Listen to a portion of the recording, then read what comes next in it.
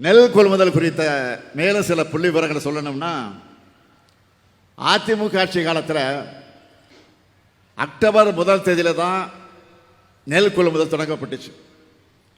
நம்ம ஆட்சியில், திராவிட மாடல் ஆட்சியில் ஒரு மாத காலம் முன்னாடியே, அதாவது செப்டம்பர் 1 நெல் கொள்முதல் தொடங்கப்பட்டு வருது.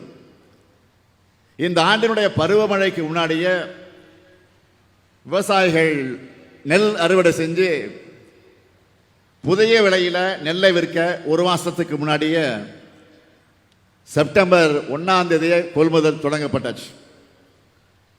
கொள்முதல் செய்யப்பட்ட நெல் பாதுகாப்பா மூடி வைக்கப்பட்டிருக்கு.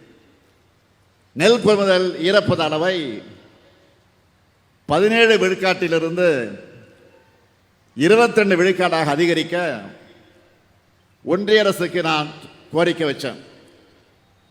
அவங்களும் அந்த கடிதத்தை பார்த்துட்டு அந்த கோரிக்கை கவனிச்சுட்டு வந்து பார்வையிட்டு இருக்கிறாங்க. இப்போ ஒவ்வொரு நேரடி கொள்முதல் நிலையத்திலையும் தினமும் 1000 மூட்டைகள் கொள்முதல் செய்யப்படுது.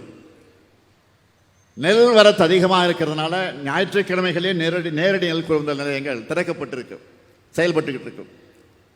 இது எதையும் தெரியாம மாண்புமிகு எதிர்க்கட்சி தலைவர் பேசிக்கிட்டு இருக்கிறார், குழப்பிக்கிட்டு இருக்கிறார்.